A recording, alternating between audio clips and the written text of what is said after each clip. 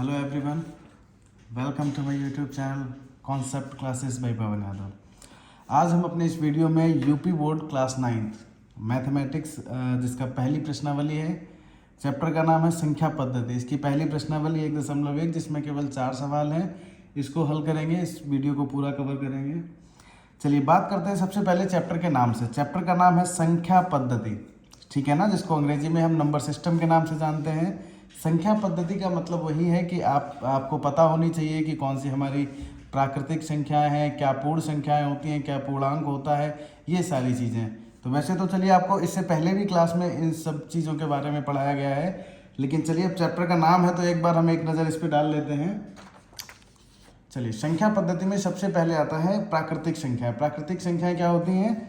Natural numbers, जो हमारे गिनने के काम आती हैं। जैसे ये 1 से स्टार्ट होती है, 1 2 3 एंड सो ऑन, कहाँ तक जाती है? अनंत तक, समझ रहे हैं ना। तो 1 से, इसमें 0 शामिल नहीं होता है, मतलब गिनने के लिए हम 0 से स्टार्ट नहीं करते, हम 1 से स्टार्ट करते हैं। तो 1 से लेकर और अनंत तक चले जाएं आप, वो सारी आपकी प्राकृतिक संख्याएँ होती हैं। पूर्ण संख्याओं की बात करें तो ये हम 0 से स्टार्ट करते हैं। मतलब प्राकृतिक संख्या और पूर्ण संख्या में क्या अंतर है कि वैसे तो ये पूरी 1 से लेकर जितनी है ये, इसमें भी वो सारी प्राकृतिक संख्या मिलेंगी, बस इसमें एक 0 एक्स्ट्रा मिलेगा आपको। तो आप इसको ऐसे भी बोल सकते हो, 0 प्लस प्राकृतिक संख्याएं आपकी पूर्ण संख्याएं कहलाती हैं। अब पूर्णांक क्या होता है? जब हम सवाल लगाते हैं या जब हम गणित हल करते हैं तो उसमें हमें माइनस की भी मिलती है, प्लस की भी मिलती हैं।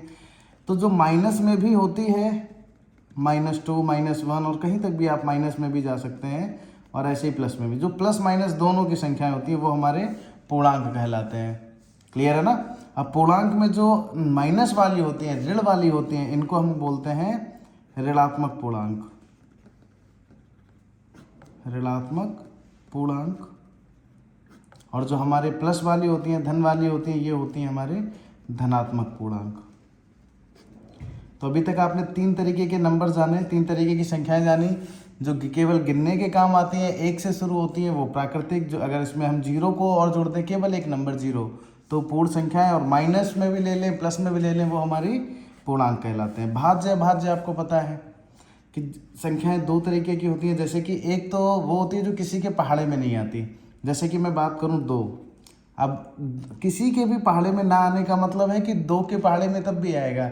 एक तो 1 के पहाड़े में, 1 के टेबल में, और खुद के पहाड़े में। क्लियर है ना, 2 उनमें से ही है।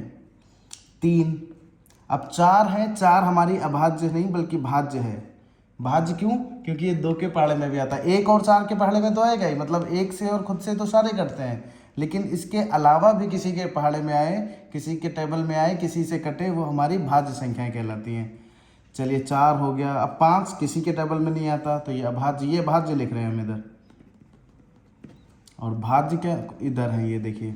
अब 6 आपकी एक भाज्य संख्या है। क्यों? क्योंकि 2 के टेबल में भी आती है, 3 के टेबल में भी। 7 किसी के टेबल में नहीं आता, अभाज्य है। 8 2 के में भी आता है, 4 के में भी आता है। अब 9 आपकी भाज्य है, 3 के टेबल में आता है, ठीक है ना। 10 2 के में भी आता है, 5 के में भी। इस तरीके से भाज्य और अभाज्य होती हैं। 11 कैसी होगी? किसी के टेबल में नहीं आती, तो ये एक अभाज्य संख्या है। अंग्रेजी में इन्हीं को हम प्राइम नंबर्स और कंपोजिट नंबर्स कहते हैं। सम और विषम संख्याएं आपको पता होंगी। सम कौन सी संख्याएं होती हैं? जो 2 से कटती हैं, जो 2 के टेबल में आती हैं। जैसे कि 2 जिसके जोड़े बनते हैं, 2 4 6 8 और इस तरीके से। और विषम संख्याएं इसके अलावा 1 3 5, जिनको अंग्रेजी में हम ऑड और इवन नंबर्स के नाम से जानते हैं। तो प्राकृतिक क्या है, पूर्ण क्या है, पूर्णांक क्या है, भाज्य, अभाज्य, सम और विषम। अब आगे की हम बात करते हैं इसमें। चलिए परिमेय संख्याएं क्या हैं? परिमेय संख्याओं का आपके इस एक्सरसाइज में बहुत रोल है। परिमेय संख्याएं को बहुत अच्छे से समझिए। इसको अंग्रेजी में हम बोलते हैं रैशनल नंबर्स। परिमेय संख्याएं वो संख्याएं होती हैं जिसको हम P/Q के रूप में लिख सकते हैं। क्लियर है ना। जैसे 2/3, 4/5, 6/7, ये सारी संख्याएं आपकी परिमेय संख्याएं कहलाती हैं। अब परिमेय संख्या में एक चीज़ आपको और भी समझनी चाहिए कि Q जो है वो 0 नहीं हो सकता। मतलब होता तो ये अंश बटे हर के रूप में है, लेकिन जो हर है कभी 0 नहीं हो सकता, क्योंकि अगर किसी भी संख्या के बटे में 0 आ गया तो उसका मान होता है अनंत। मतलब उसको हम हल नहीं कर सकते हैं, ठीक है ना। उसको हम उसके साथ कुछ भी नहीं कर सकते। तो इसके लिए आपको इस चीज़ का ध्यान रखना है कि अंश बटे हर हो, बस हर में 0 नहीं होना चाहिए। इस चीज़ से आप हमेशा बचेंगे।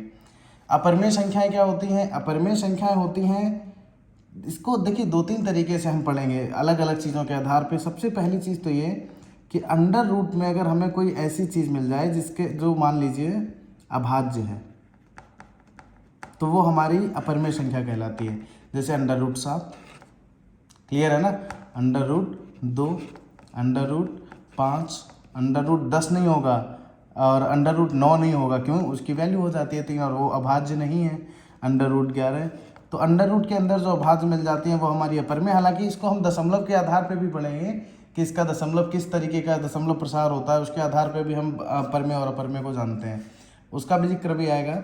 वास्तविक संख्याएं की बात करें तो देखिए ये जितनी भी संख्याएं हैं, प्राकृतिक संख्याएं, पूर्ण संख्याएं, पूर्णांक, भाज्य, अभाज्य, सम, विषम, इन सभी का संग्रह परिमेय अपरिमेय, ये इन सब का संग्रह होता है वास्तविक। इसमें आपकी हर तरीके की संख्या आती है, प्लस की, माइनस की, डिवाइड वाली, 2 बटे वाली, 2/3, सम, विषम, सारा कुछ।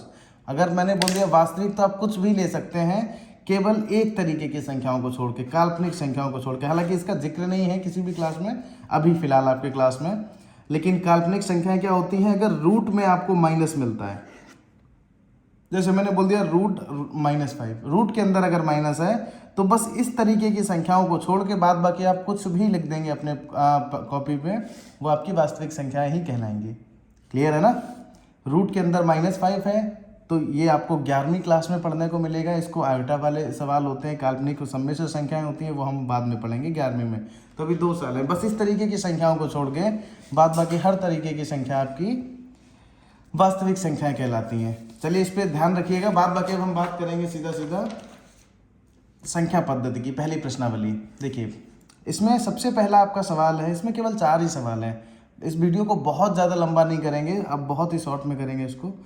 क्या शून्य एक परिमेय संख्या है? क्या शून्य एक परिमेय संख्या है?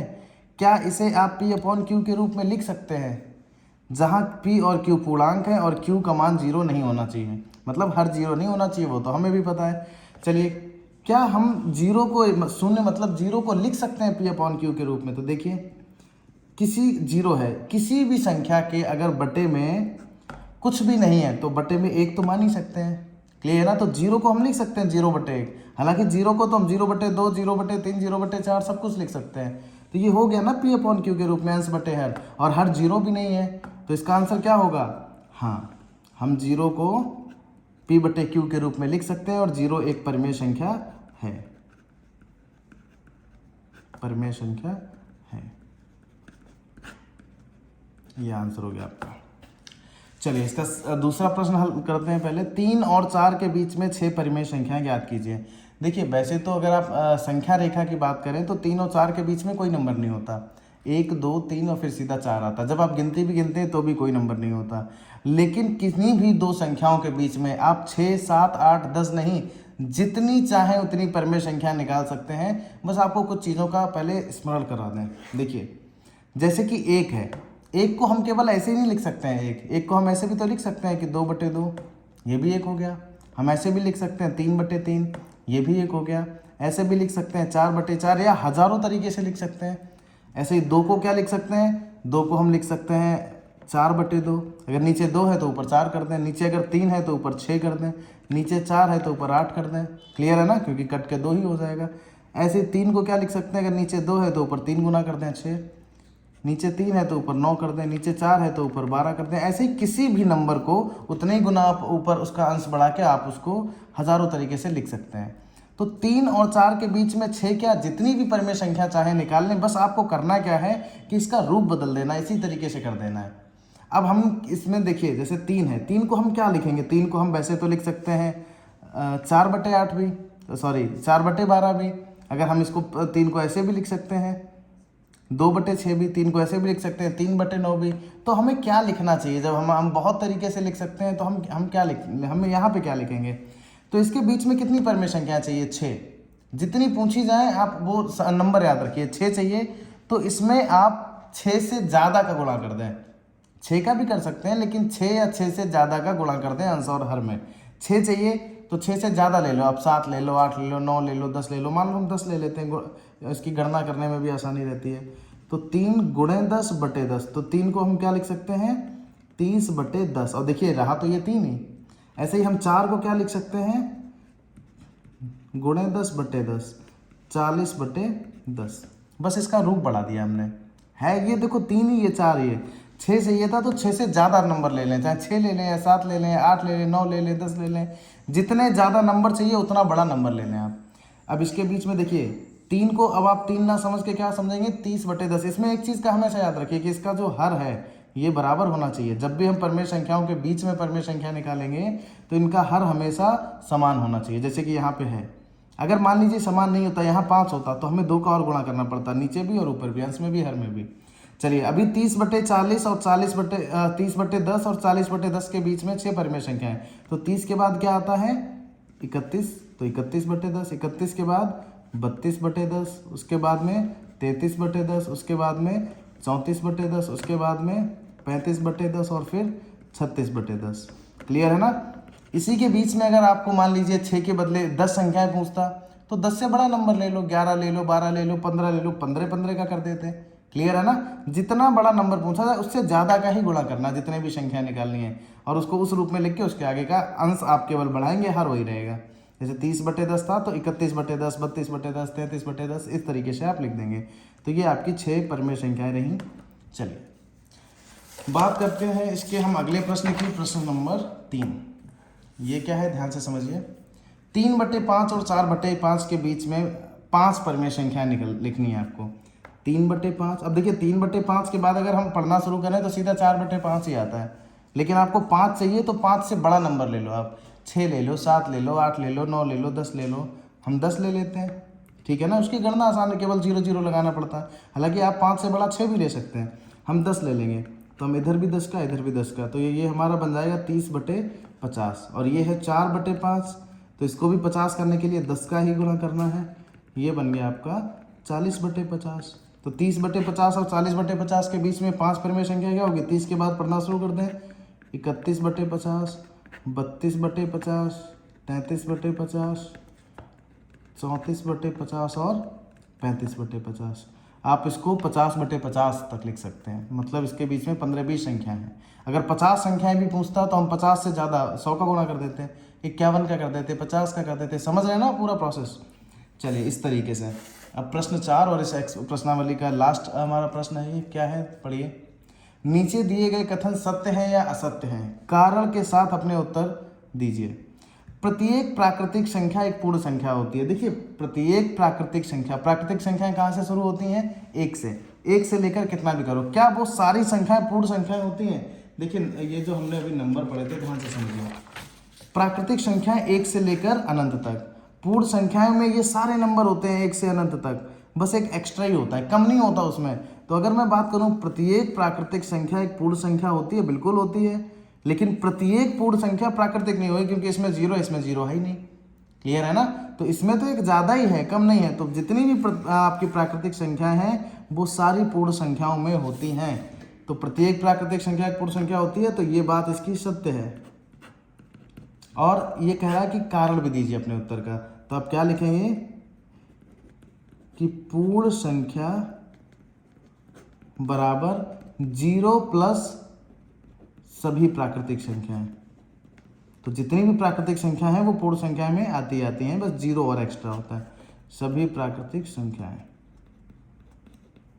आप इस चीज को शब्दों में भी लिख सकते हैं, शब्दों में ही है वैसे ये भी। प्रत्येक पूर्णांक एक पूर्ण संख्या होती है। देखिए पूर्णांक अलग है, पूर्ण संख्या अलग है। पूर्णांक क्या था, पूर्णांक में ध्यान से देखिए आप इसको, ये ऋणात्मक भी थे, माइनस के भी थे, प्लस के भी थे, 0 भी था। और पूर्ण संख्याएं आपकी 0 से शुरू थी और सारी प्लस में ही थी, मतलब पूर्ण संख्याओं में माइनस की नहीं होती हैं, जबकि पूर्णांक में तो माइनस की भी होती हैं। तो ये क्या कह रहा है कि जितनी भी पूर्णांक है वो सारी पूर्ण संख्या होती है, लेकिन ऐसा नहीं है। ऋणात्मक पूर्णांक होते हैं, पूर्ण नहीं होता है। तो इसका मतलब ये बात गलत है, ये असत्य है। और आंसर क्या लिखेंगे, अपना कारण क्या लिखेंगे, क्योंकि पूर्णांक ऋणात्मक भी होते हैं या हो सकते हैं, एक ही बात है, जबकि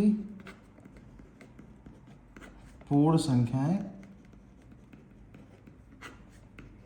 केवल धनात्मक होते हैं। जीरो की बात छोड़ दें, केवल जीरो को आप -0 भी लिख सकते हैं, और जीरो को प्लस का भी जीरो जीरो जीरो ही होता है। बाद बाकी पूर्ण संख्याएं केवल धनात्मक ही होती हैं।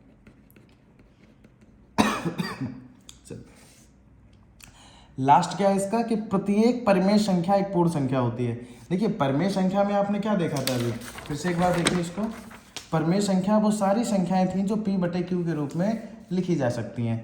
2/3 ये भी एक परिमेय संख्या है, 5/8 ये भी एक परिमेय संख्या है, समझ रहे हैं ना। -2/3 ये भी एक परिमेय संख्या है। मतलब परिमेय संख्या भिन्नात्मक भी हो सकती है और ऋणात्मक भी हो सकती है। हम केवल 5 लिख दें ये भी परिमेय संख्या है। क्यों? आप कहोगे इसमें तो हर नहीं है, p है, q नहीं है। बटे में जिसके नहीं होता एक तो सबके ही बटे में होता है। -2 है, इसके बटे में भी एक है, ये भी p/q के रूप में है। तो परिमेय संख्याएं तो आपकी भिन्नात्मक भी हो सकती हैं, होती ही हैं, और ऋणात्मक भी हो सकती हैं, धनात्मक भी। इसमें तो सारी तरीके की संख्याएं आती हैं। लेकिन इसमें क्या है कि पूर्ण संख्या, जबकि अगर बात करें हम पूर्ण संख्याएं वही जो 0 से स्टार्ट होती हैं और प्लस में ही रहती हैं केवल। तो अगर हम बात करें परिमेय संख्या माइनस की भी हो सकती हैं, पूर्ण नहीं हो सकती। परिमेय संख्याएं भिन्नात्मक भी हो सकती हैं, पूर्ण नहीं हो सकती। चलिए, तो प्रत्येक परिमेय संख्या पूर्ण संख्या नहीं होती है, तो ये बात भी इसकी असत्य है। कैसे लिखेंगे? क्योंकि परिमेय संख्या ऋणात्मक या भिन्नात्मक हो सकती है।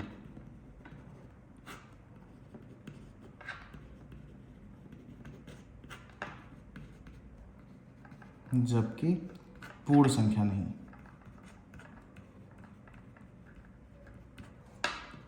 क्लियर है ना? बस इतने ही आपके 4 ही सवाल थे पहली प्रश्नावली में। लगातार जुड़े रहिए आप हमारे चैनल से। इसमें प्रश्नावली 1.2 बहुत ही जल्दी अपलोड की जाएगी। बाकी अगर बात करें हम और कक्षाओं की भी, चाहे यूपी बोर्ड हो, सीबीएसई बोर्ड हो, सभी क्लासेस के सारे सब्जेक्ट्स आपको सीरियल वाइज इस चैनल में अपलोड किए जा रहे हैं। तो लगातार जुड़े रहिए और पढ़ाई करते रहिए। धन्यवाद।